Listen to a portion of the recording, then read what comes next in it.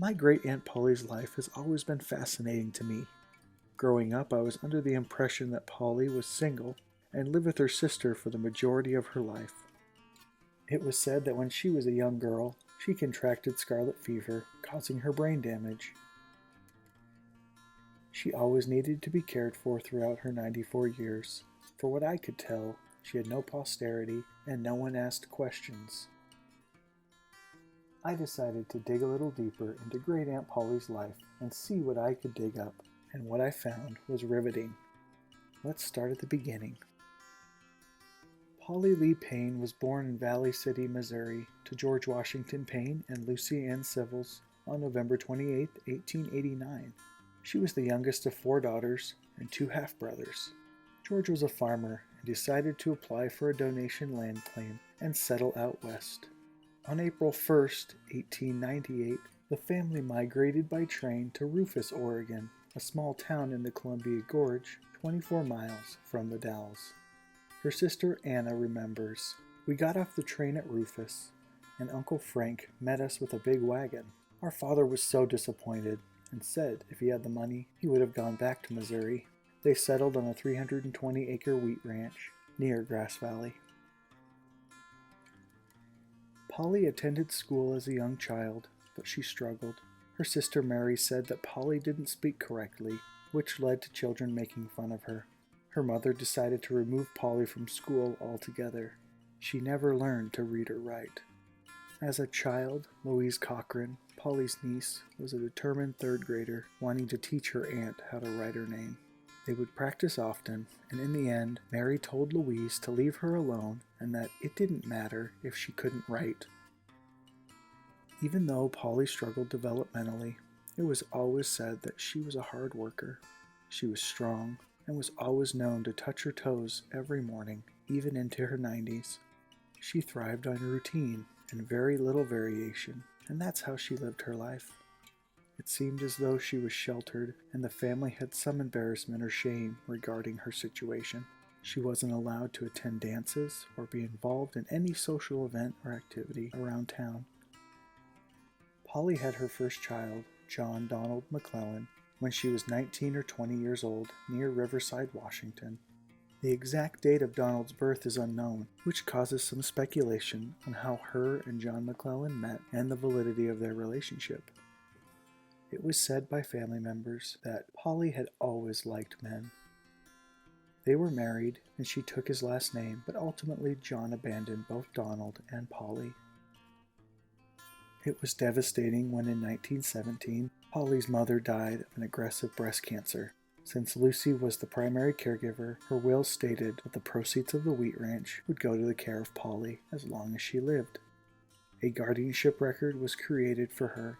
For the first year after her mother's death, both Polly and Donald were passed from person to person until they could figure out the best place for her. Donald became a casualty in the legal dispute, and Polly was marked unfit to care for him. He was sent to live with his father in Creston, Washington, on April 12th of 1918. As far as Polly's family and guardians were concerned, Donald stayed there until he was grown. But that wasn't the case. Polly lived in many places over the next few years.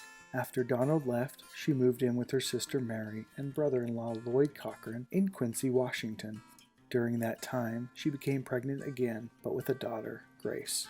She was quickly married off to Harrison Head, the father. Tragically, he died of pneumonia only 3 months after they were married. Nothing is known of what became of Grace, but we can assume that she either died or was given to someone else to take care of.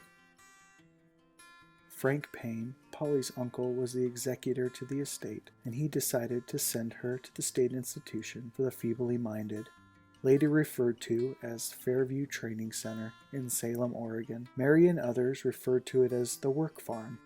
She then lived with her sister Nell and family, but ultimately ended up with her sister Mary, who was a widow, raising her 2 daughters in Portland. The 2 sisters lived together for almost 50 years. Polly functioned well with routine.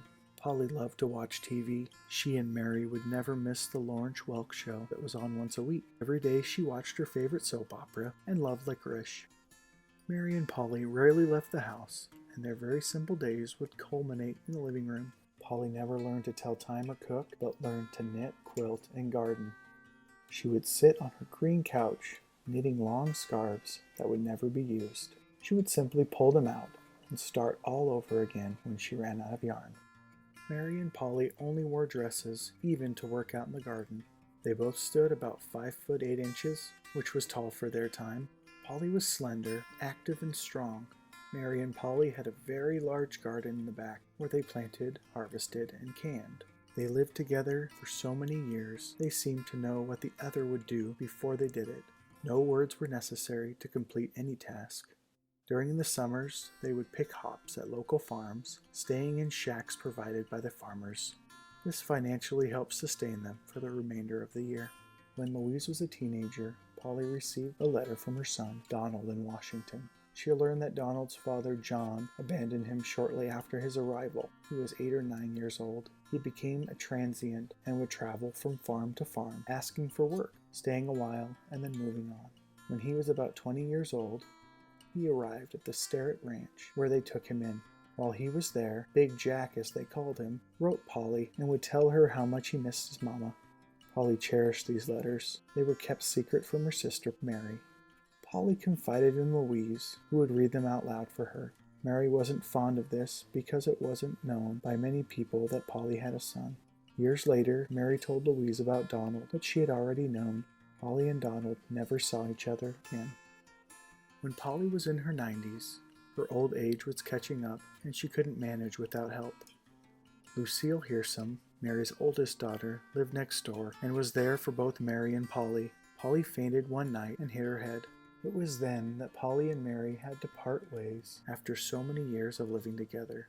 Polly went to live with her niece, Edna O. Oliver, Nell's daughter. During these last years, Edna pampered her and made her feel fancy. She would dress nice, paint her nails, and wear jewelry, something she didn't get to do most of her life. She loved it. Polly lived a long life, dying at age 94. She was always kind and gentle, and would always want to hold your hand. She didn't say much, but was always so happy to see those she loved. At her funeral, Louise wrote a letter to her aunt. Dear Aunt Polly, I am happy that you were part of my life. I loved you very much. You touched the lives of many people, and you were Aunt Polly to all of us here today. I hope you did not fear death, for in this world your joy was not complete, but in heaven your joy will be full. Although there were many adversities and hardships in your 94 years of life, you were always quick to laugh, easy to please, anxious to love, eager for affection, never tiring, and a zest for living. And your favorite color was red. Everything was prettier if it was red. I remember how we used to sit around the wood stove on a cold winter night. Mother sewed and mended, and you would peel apples or crack nuts for our evening snack while we listened to the radio. I have many happy memories. Now you are on your journey, and there was your sister saying, "There she comes." You will like that, I know. As you always used to say, there is no place like home.